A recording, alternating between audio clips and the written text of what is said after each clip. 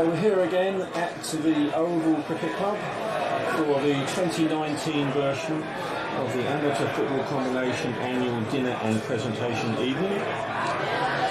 At the moment the reception is in progress on the roof terrace. And here we are, the Corinthian roof terrace. This is where the reception is taking place today.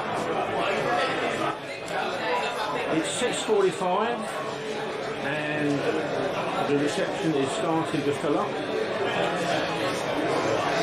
The last 20 minutes there's been quite a few arrivals. Mr. Harris, Ron Harris, is here. I've just spoken to him. He's obviously one of the guest speakers. So we look forward to hearing what he's got to say. Now we're at the other end of the terrace, and this bit is a bit empty, but as you can see, a good crowd down the end where I've just come from. A few more people over here.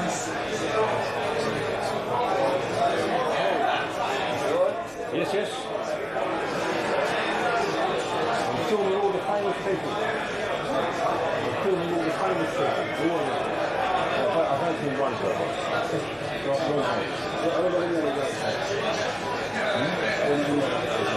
Ron Harris is over there. He used to play for Chelsea.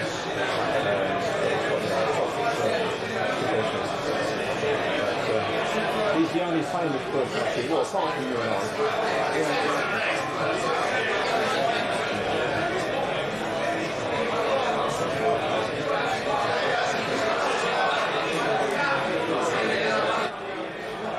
And here is the very famous Oval Cricket Ground, the actual playing area.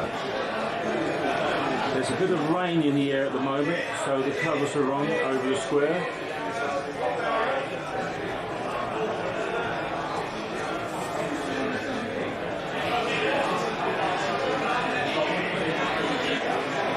Right, back down the other end now, and that is the a rear view of Mr. Ron Harris.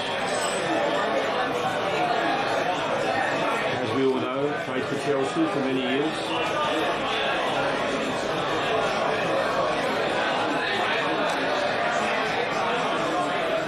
Any other celebrities yet?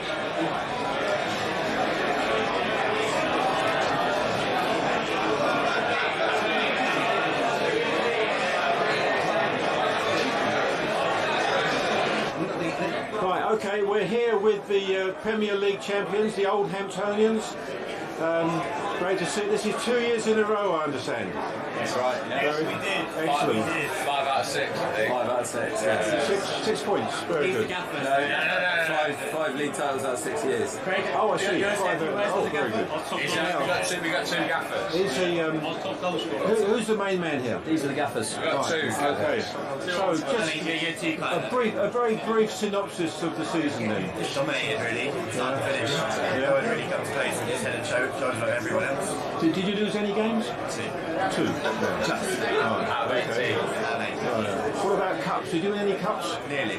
How many semi-finals? 8 semi-finals. 8 semi-finals? My goodness, that's amazing. Well done. Congratulations. Thank you. I shall be filming you when you pick up the trophy. You brought it back, have you? The trophy? Or you just keep it at home? I hope so. Bring it back for a quick shine up. Excellent. Okay. Thank you. Right. This is Woking, and they've won the London. Quiet, please. London Old Boys Cup. Well done. Now, the captain. How did the final go? Really good. 1-2-1. Beat Dorks. Boo, wherever they are. They're good lads. It went really well. Thanks. Well done. Cheers. Congratulations. Thank you very much. Okay. So this is the Old Sutonians chairman. And so your name is? Martin Armstrong. Right. And just tell the viewers what you've won this year. The club won Division 4 South after 11, Division 5 South after 11. Excellent. Well done. Thank you. Now, what's the name of your club? Old Dorcanians. Old Dorcanians. Right. And what have you won this year? Yeah, amateur football combination, South Division 2 league title. Well done. Excellent. Very good. I shall be. This is all your guys here, is it? I shall be filming you when you pick up the trophy. Amazing. Well done. This is the Old Thorntonians, is that right? That's right. Yes. And tell the viewers what you've won this year. What have we won? We've won South 2. Yeah. That's it, mate. League champion. You're champion. Well done. That's our And a fourth. 40-yard goal of the season to go with it as well. Goal of the season. Very good. Okay. Thanks, That's brilliant. Thank you. Good evening. We found some more winners here. Which club are you? We're from Wandsworth Borough. Okay. And what have you won this year? We're Division 7 South champions, yeah. And apparently we're picking up the Ken Fletcher Award this year as well, which makes us very proud. Excellent. Well done. Thank you very much. Right, you're on. Which club are you? Mill Hill Village. Mill Hill Village. Very good. And what have you won this year? The league. You won which division? Division 4. Division 4. Division 4 champions. Very good. Unbeaten. Excellent. Very good. Okay, so then I'll be filming you picking up the trophy later. These are all your lads, are they? Yep. Okay. Well done. Well, we've managed to get a few teams who have won something this year. It's now 7:13. The meal is supposed to be at 7:30. So I'm going to go down to the restaurant and set myself up there. Okay. I don't know if any of you have played at Old Suttonian's ground in Northey Avenue.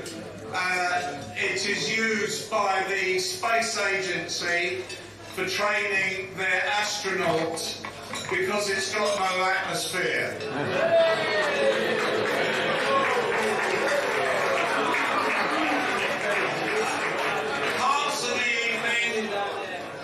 Parts of the evening are being videoed by Alan Chidley from Parkfield, and you'll be able to see these videos on the website in the next few days.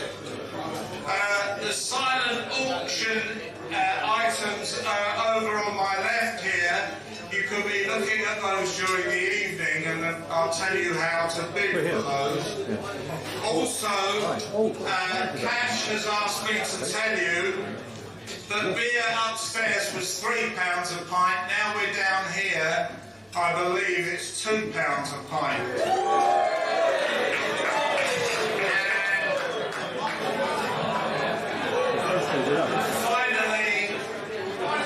Finally, during the evening, it's a long evening, there's a lot of presentations. It's a celebration. Can I ask you to keep the noise levels because we have on top table Chopper Harris, so be careful.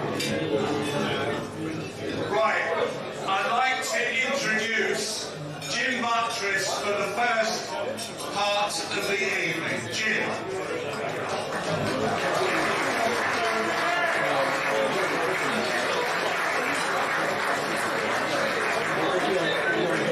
Thank you very much, Colin.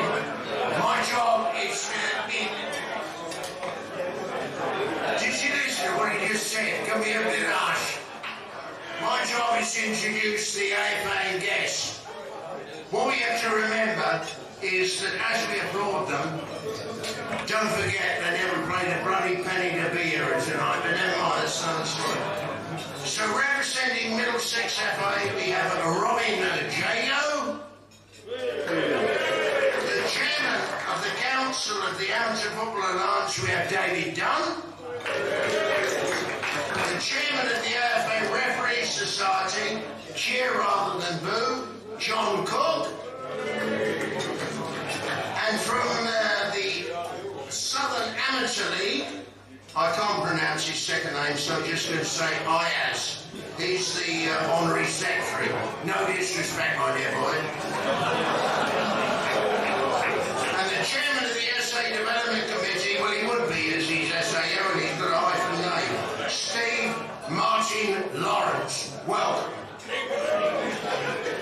challenge from our friends in Yorkshire, who hopefully we're going to get a game against them next year. We have Tony Lewis, the chairman of Yorkshire Amateur League. We have Richard Asher, the general secretary. We have Gary Lovelace, the president. We have Roger Byrne. In fact, we have the old bloody lot from the Yorkshire League. Delighted to see you here. No doubt, lads, you're still recovering from the defeat at Leeds. Rugby.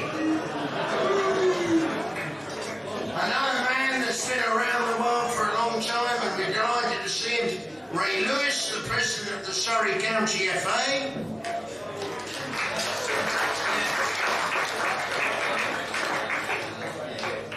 And Bob Leeds, the football development manager from the FA. I understand, Bob, you're retiring tonight, are you not? Absolutely, so you'll never get another free fucking lunch here anyway. And most importantly, we're delighted to welcome Graham Clinton, the Business Development Director for Leica. These are the people that we all rely on, they're sponsors. His support has been absolutely brilliant. He's generously sponsored the event tonight. Hopefully if it goes well, he'll do it again. He's a prolific run scorer for Surrey before retirement, after which he undertook a number of projects. He ran the team for a couple of years, and then he actually got a proper job and went into business. But delighted to hear you, Graham, and thank you so much for your support.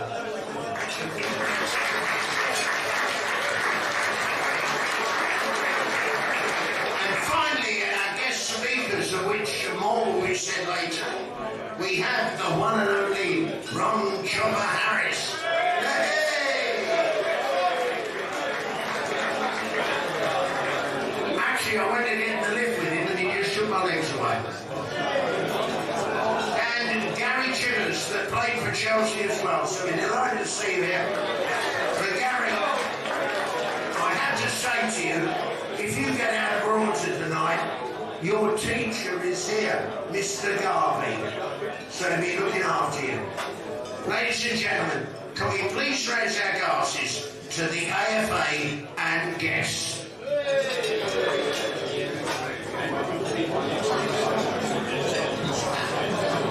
Thank you very much indeed. Enjoy the evening.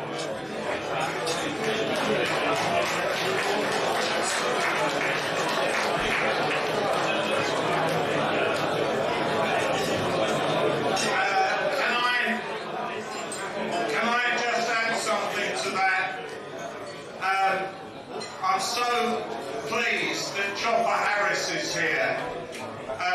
The word legend is used a bit loosely these days, but Chopper Harris was a legend, and I want to tell him that I was at Stamford Bridge in the 60s when George Best was playing against Chelsea.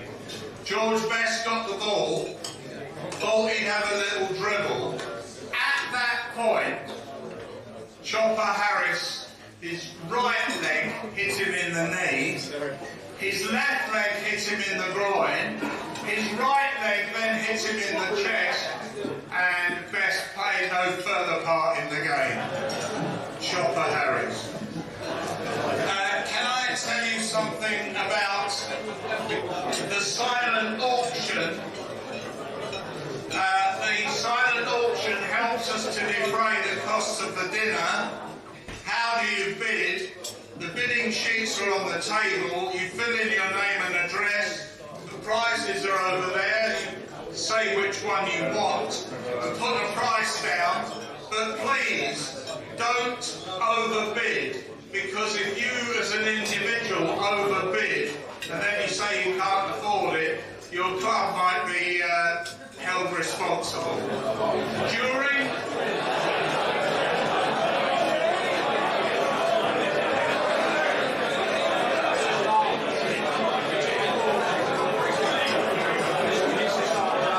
the evening, Katie will come round and tell you how to bid. The bidding stops at 10 p.m. and you can pay by credit card. Could I introduce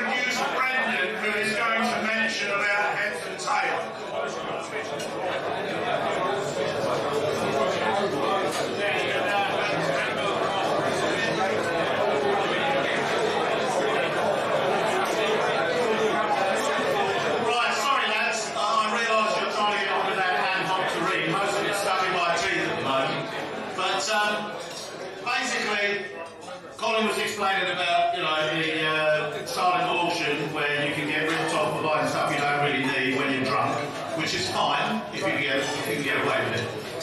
But I'm going to give you an opportunity to win money. I'm going to ask each of you to give me £5. There's an envelope on your table. I'm going to ask one of the people on each table to become table captain. Make sure the people who are going to be in it put their fiver in the envelope. When you put the fiver in the envelope, we'll take the money up here. There's about 220 or 230 people here. If you're all in, you'll win £500 in cash before we leave tonight. Okay, so get your fivers, sort out change amongst yourselves, put your money in the envelope, and a little bit after dinner, I'll be up here to play heads and tails, okay? It's not difficult. You'll either win or lose in about 10 minutes. Right, I'll see you after dinner. Cheers.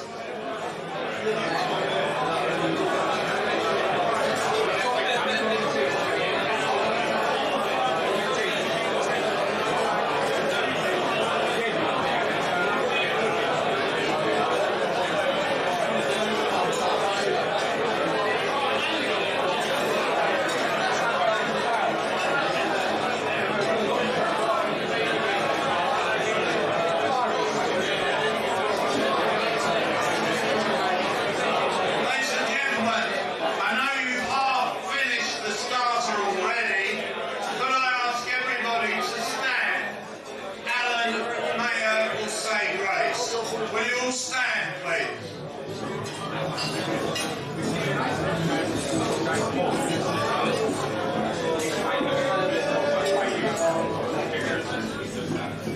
For what we're about to receive, may the Lord make us truly grateful and ever mindful of the needs of others. Thank you.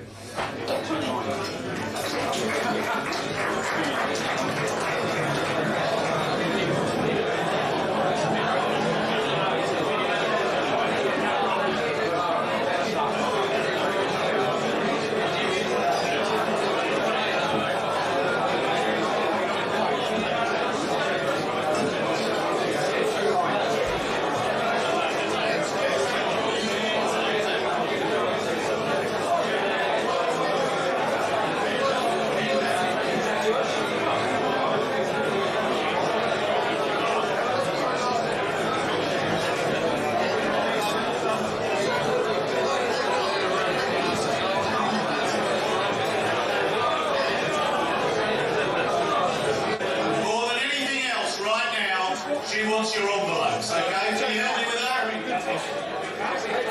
Bring them up here. Here she is. The more of you are in, the more that you can win. It's as simple as that. I don't see a lot of action from the tables down the back. Come on, lads. You can do it.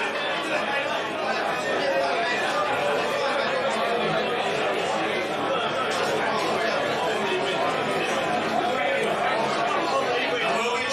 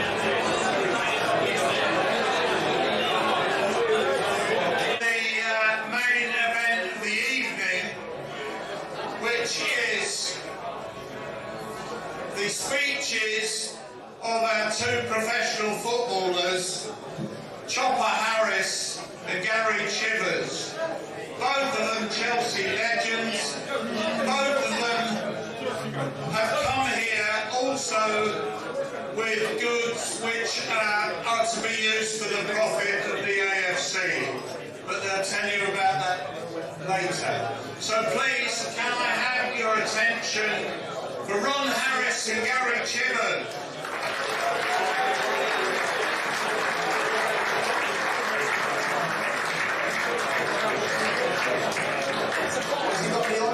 Can you hear me in the back? Can you hear me in the back? Brilliant, fantastic. Listen, thanks for that comment. It's nice to see one of my old teachers here, Ronnie. It's the first time I've seen him here without his white rubber glove on. Bless him. But Is that the one I original five? yeah. Listen, mate, you played football and you played cricket here. Tell us a story about your cricket.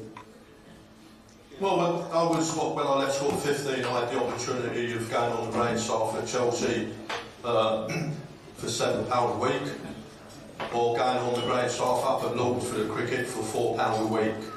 And the reason I decided to go to Chelsea was it was an extra £3 a week, which at the time was a lot of money. My experience here is that we come over in our playing days and played in the joint testimonial fixture against the Surrey cricketers, and what the format was that we give them 5 goals start in a 20 minutes each way football game, and in return they give us 50 runs start in a limited over cricket game. And they had a fella that was 6'5", was a goalkeeper for Guildford City. You quite liked him, didn't you? Yeah, and he played many times for Surrey and England. The fellow I thought was the biggest dickhead I've ever seen called Bob Willis. And that's being nice, isn't it? Yeah. Anyway, when you had the likes of Peter Osgood and Alan Hudson and Charlie Cook in your side, this fella Bob Willis was in goal. It was played out there, and the lads were putting goals past him, left, right and centre. And every time we scored a goal, so Peter Osgood would give him some, bunny. Anyway, when it came to the cricket match, because I thought I used to be quite useful, it was decided that I should open the batting. And who should open the bowling for Surrey off of about 30 paces was his Bob Willis. And the first ball he bowled at me went that quick, I didn't even see it. But he came halfway down the pitch on the follow through and he shouted out, "Jobber!" And as I looked up, he said, "It's red, it's hard, and you were supposed to hit it." So as I was waiting for the next delivery, I was hoping he might bowl me a half volley. Lo and behold, he bowled me a half volley just outside the off stump. And I remember lofting it straight over his head, straight over the side screen, into the crowd. And as he come following through, I just shouted out, "Oh!" And as he looked up, I said, "It's red, it's hard, now go and find the bastard." Now all of a sudden, like the 30 paces went to 40, now I'm starting to get a little bit fidgety, because in those days you never had any of the old padding that these puffs wear today. Have you got any cricketers in, by the way? And the next ball was a short pitch ball, and it caught me just below the heart. And as I say, you never had any padding on that.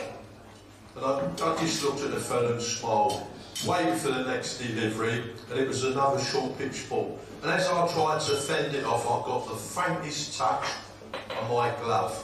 And as the ball lobbed into the wicket keeper's hands, the wicket keeper and the free slips all went up in the air together. "How was that?" And the umpire looked at me from down the upper end and he shook his head and said, "Not how." I said, "It fucking was." That is the quickest I've ever got off the film, believe you or me.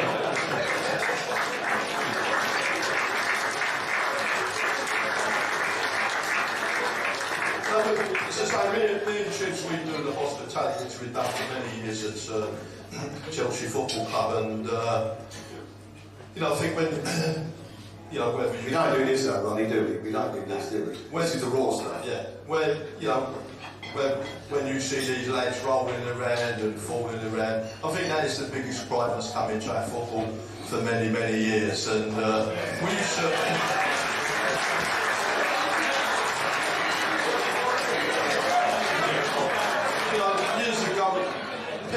to play with Kane, and for the best part of 3 or 4 weeks, I was having a lot of problems with my groin.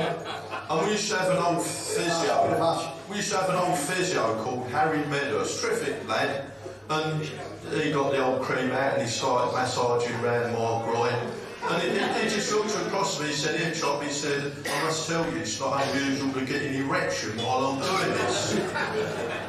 So I said to him, "Well, I haven't got one, Harry." He said, "No, but I'll fucking have it."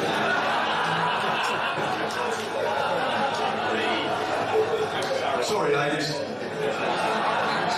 Growing up at Chelsea, I have to say I started there as a 10-year-old and obviously watching the 1970 FA Cup final, like, brings memories back to you. And then obviously playing in the first team, and then Chopper being your teammate, he used to give you some unbelievable advice. You know, every time you went out to a game, he'd be telling you, you know, show him inside. He was miles ahead of any defender at the time.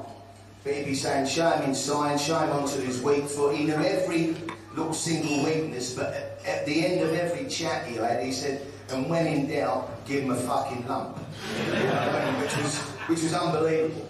And then, like, I made my debut at 18 years of age, and at 19, he used to come over off the field, and he used to turn around and say to you, "Listen, son, you need to calm down. You're going out too much, you know, you need to get yourself not the best looking bird, but, you know, one that's a middling, one that's going to look after you, you know, like sort your life out." So I thought, yeah, fantastic. So I remember going out with this girl, and she bless her, she weren't the prettiest, but she was a good ironer. She made some fantastic cakes, you know, things like that. Things you're not, you know, she hoovered the carpet brilliantly. She had some unbelievable gifts, but she weren't the prettiest. And he said, "What you need to do, please, is just settle down with it, get her right." And obviously I did, and I married her. And then I had kids with her, and then all of a sudden, 10 years later, I lose the fucking house to her. And eventually, so I stopped listening to you, didn't I? Yeah, that's right. But I think Still regretting it. I want to come back. As I said, me and Tiz, we do the hospitality we've done for many years, and I think the biggest crime that's come into the football is all the falling and the diving around. And I think that maybe before some of you lads were born, we played in a cup final at Wembley, and I think it was they finished up having a replay a couple of weeks later, and they had a lad on the wing called Eddie Gray, and Dirty leads. He gave our right back David Webb the biggest chase I've ever seen anybody get. Anyway, the game finished 2-2 after extra time, so we played a replay at Old Trafford a couple of weeks later. So Dave Sexton, the manager, you know, prior to the game said that we're going to swap you over. You're going to play right back, he said, and Webby's going to play as a central defender with John Dempsey. So I said, right, it's not a problem. And he said, if you get half a chance of sorting this Eddie Gray out, he said it lasts for 90 minutes of the game. He said, go for it. Well, I think the game was about 5 minutes old, and I'd done a tackle on this Eddie Gray that left him limping for 85 minutes. So I think I deserved a pat on the back for the tackle that left him limping for 85 minutes. And we done a golfing day about 5 or 6 years ago, and you had about 6 or 7 ex-footballers, and all you had to do was just say, look, thanks ever so much, I've had a fantastic day today to the sponsors, hope you invite me again. And we went along the line, and Eddie Gray got up because he was quite a good golfer, and said practically exactly the same thing. He said, by the way, he said, I'd like to make a special presentation to Chopper. Well, I thought, well, that's good. And you remember the little screwing studs you used to put in your studs years ago? He presented me with one of them, which was supposedly taken out of his kneecap about 20 years ago.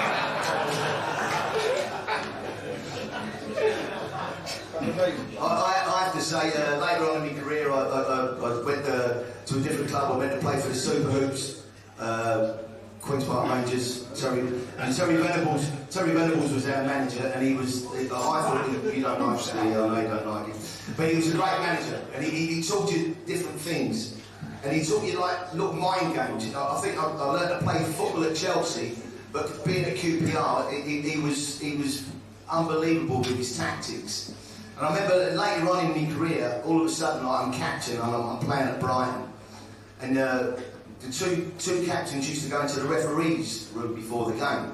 Like, so you go in there, you'd have the number 2 and the other number 2, and all of a sudden I've gone into the referee's room, and I just thought about something. I thought, how can I get that referee on my side? How can I get him on my side? So anyway, we've gone in there, and I said, oh, how you doing, ref? Yeah, nice to meet you. Yeah, you're a lot better than last week's ref. He was shit, but I think you're going to be good today.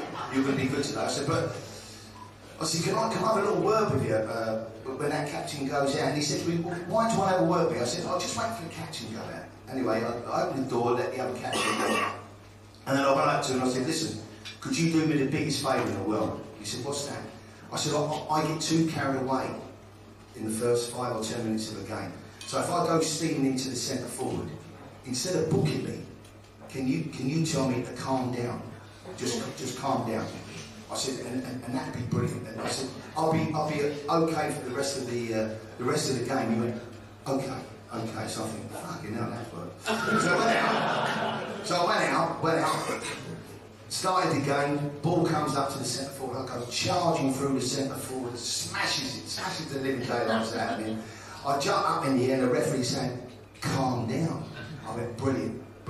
Well, I've done it home and away for the whole season. Home and away games as well. And then the first game of the new season, I get the same ref that I had at the start of the other season. And I go in there again straight away, and I go, listen, can you, and as I said, can you, he went, why don't you just fuck off? We've had a memo from the FA coming round telling us all about you and the fouling and everything. It's incredible. This is, you know, in my time at Chelsea Football Club, I think one of the greatest players that gifted player I played with was a fellow called Pete Rosgood. And Ozzy never come through the youth ranks at Chelsea, come on the back end of a trial. And you could see in this trial game that the fellow was quite useful. You know, at the end of the game, they signed him on a professional contract. And I remember, I'll tell a story that I was his roommate for quite some time. And I don't know if any of you people have been to Blackpool. It used to be a fantastic nightclub called the 007 Bar. And it wasn't that difficult to get yourself fixed up for the evening. And there used to be about 16 lads in our squad, and you'd always get a dozen of you going out, you know. And we went to this club that was run by the boxer, Brian London. And Oz was out on the dance floor with a real stunning long bird, and it got to about midnight, and I just said to him, look, Oz, I said, you know, we're going to go now. I said, but don't be late, I said, because, you know, we've been a bit of bother. So I left the key at the door for him, and, you know, I jumped into bed, and about 10 minutes later, the door opened, and he came in with a real stunning blonde bird. And, you know, I had a little one eye closed and the other eye open. I heard him say to this bird, he said, look, love, he said, how much do you want? So she said, 20 quid. So he said, it was a lot of money. He said, look, love, he said, I haven't been in the first team all that long. He said, I don't earn a lot of money. He said, I've got £10. What would you do with the £10? And she said, the best thing I'd do with the £10 is give you a J. Arthur. And I heard him say, well, I suppose that's better than nothing. Anyway, he dropped to his strides, and this geezer had the biggest Hampton I've ever seen. And as he dropped his strides, the birds jumped up and walked over to the door to pick up the handbag. And Ozzy said, hang on a minute, love, where are you going? She said, I'm going to lend you a tenner. Sorry, ladies. Ronnie, you played against some... Who was the hardest player you ever played with? I think one of the toughest fellas I ever played against was a fella called Andy Lockett. He was a big, tall centre forward that started his career off at Burnley and then went to Aston Villa. And, you know, I'm sure you lads, if you play football, you'd like to get in nice and early. And if they accepted you, you knew you was on an easy ride. But this fella would give you as good as he got, and you know. So, but I noticed there's a few ladies in here, and I don't want to be too crude, but more people call me, even more red sugar, more people call me Chopper than they do Ron, and it always brings a smile to the ladies' faces. But I can assure you, it's not what you think it is. Just to let you know that it's the way I used to larrup people from behind and chop them down. So, you know, I was going to say to you know, you played a few years, you know, when I was coming to the end of my career. You know, you played with quite a few good players. How would you rate me, Chivs? I would say, like, if you went midfield, yeah, you went towards the end of my career, yeah. You was like a Makalady, but just a whole Makalady used to play football, didn't he? I mean, he used to kick everything that moved, didn't he? Well, I tried to, yeah. I thought towards the end of your career, being in front of us, I thought was absolutely brilliant. And like all the advice you give me, like through my career, I have to say, and telling us what to do about buying houses and things like that. If I was to rate you out of 10, I'd probably say 1. Cheers.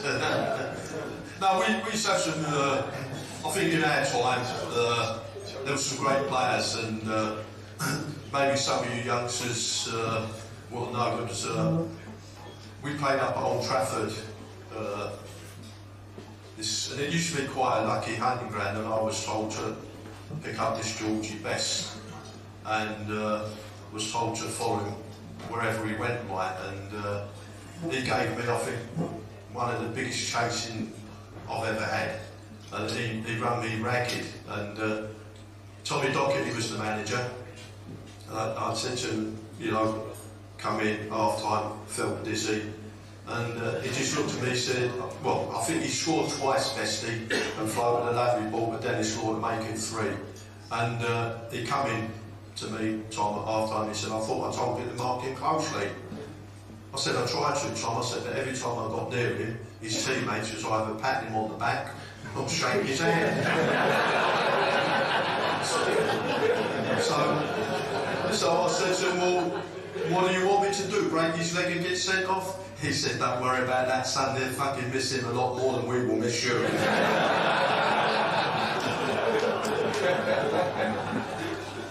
We get loads of questions. There'll be, are you envious of what they earn today? I mean, I get it all the time. You must get it all the time. Well, I think that's the highest. When I retired at Chelsea, well, I left Chelsea when I was, 36 after spending 20 odd years there, and the highest wage I ever got was £190 a week, which was a lot of money. You know, what these fellas earn today... I was a lot more than that, by the way. What's that? What these fellas... So glad I'm younger. What these fellas earn today is unbelievable. I think in any sport, you know, you got all the ladies at Chelsea, they're all full-time professionals.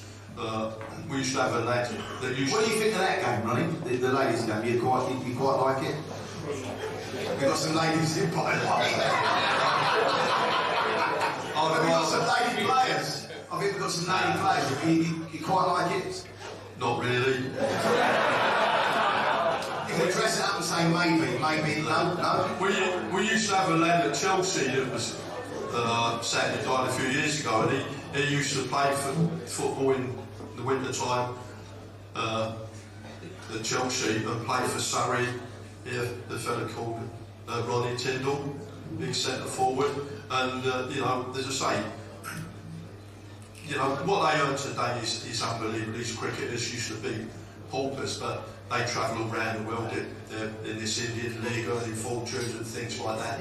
And I don't follow the cricket so much nowadays, but I said to somebody on it, if you have a look at the league tables in the Premiership and have a look down the ladder, the ones that spend all the money are the ones that always dominate. And the same 6 or 7 sides that come in like top this year will be the same. The others, you might turn around and say to me, well, Leicester won it. That happens once in a blue moon. Because the way football is today, with these agents, they just move around and cop their money. As simple as that. you know, people say to me, you know, about the England, the players, whether we're good enough to do well in the World Cup, I'm not so sure, because I think there's a lot of useful sides around, apart from us. What do you think of us if we get a transfer ban? How would it, you know, we can't buy any players, Chelsea. Well, I did, was over in America last week and Roman was there, because he's not allowed to, Roman Abramovich, and he did ask me if I was interested in making a comeback. I don't know how to get it. I think the sad part is that in my time, they encouraged lots of youngsters. And when we won the Cup and this Cup Winners' Cup, I think we had 7 homegrown players. Today, there's not one, apart from Loftus-Cheek, that's injured, getting a look in, and I think that's the sad thing that's happening in football today, with the wages that they earn and all the foreign players that come into our football. Brilliant. Thanks for listening to us, guys. I've enjoyed it. Great night. Thank you very much. Really out of direction. Thank you.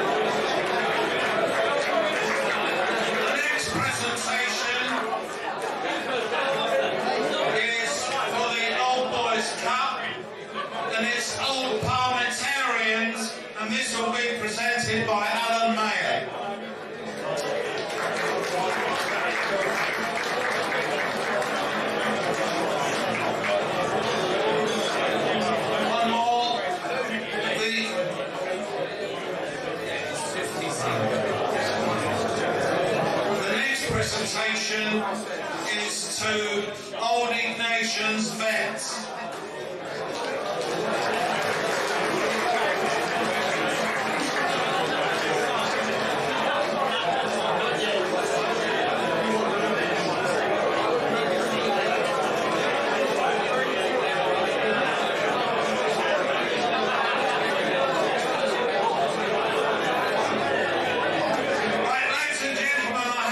To Brendan, who's doing heads and tails.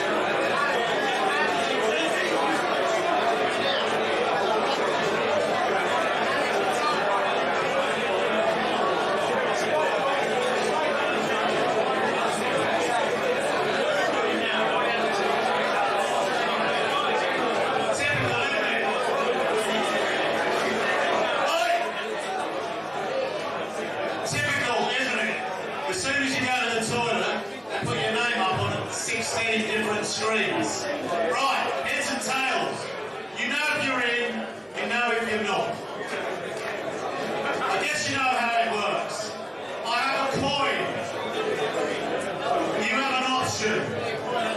Everybody will stand. If you want to choose heads, you put your hand on your head. If you want to choose tails, you put your hand on your tail.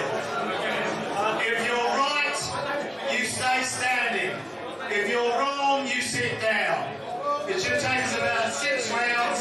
We'll get down to the last half a dozen. I'll take the piss out of them. Somebody will win 450 bags. Unless you don't want it. Right, okay. Everybody stand up. Everybody who's in. Because I know there's at least 50 of you who are not in it. So,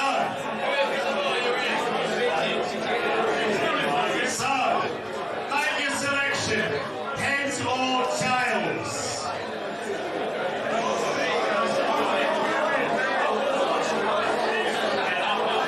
Heads or tails? If you haven't got it, if you're not choosing either, you're out. Okay, are you ready? Right.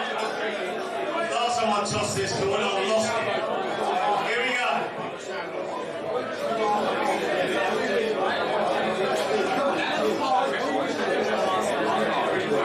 Heads.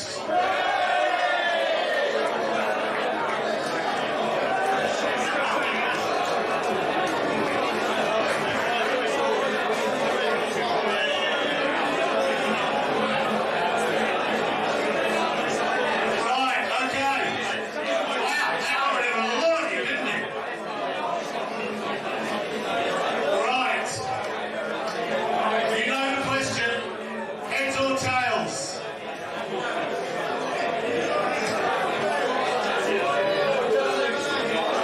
Final answer. Are you ready? Here we go. Heads or tails?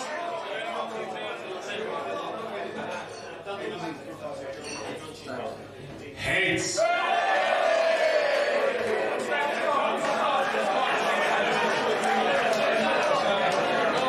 did one of these at the Claymore's Americans annual lunch the other day. 6 consecutive tails. Hard to believe, isn't it? But there you go. Right, okay. We'll change coins. Right, okay. Make your choices. Heads or tails?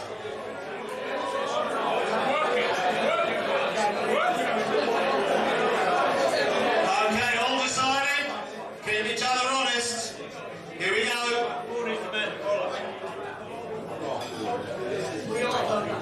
Head.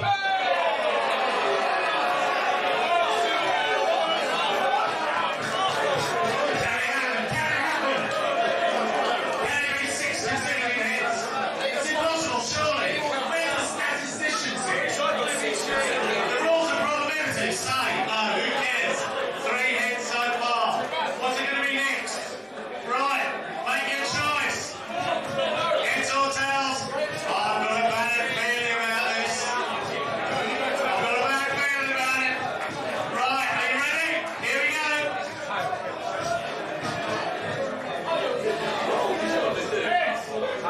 Tails!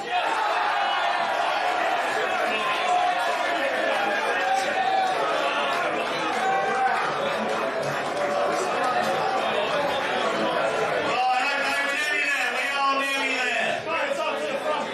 I have cash to hand out. Sadly, not to table 3.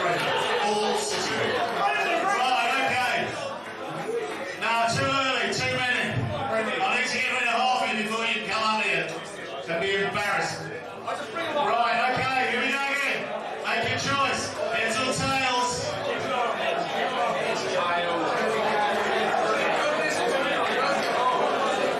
Right, here we go.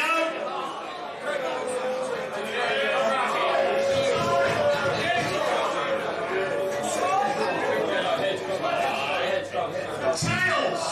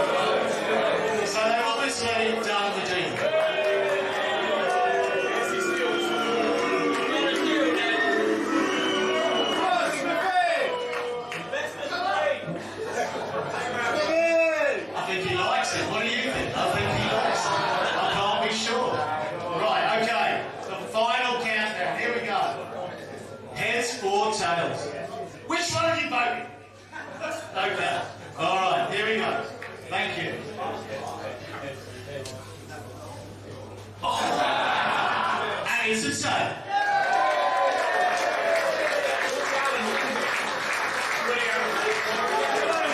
450 smackers. Cheers. See you next year.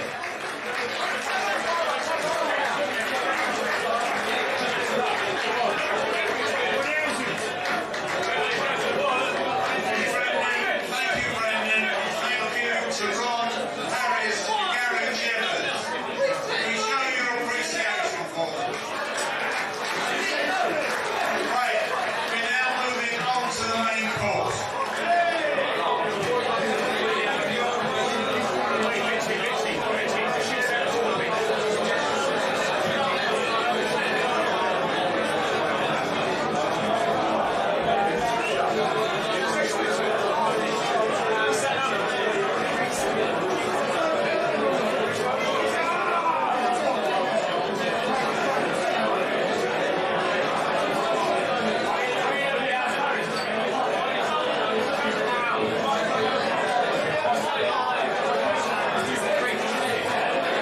And the club representatives that serve on the league council.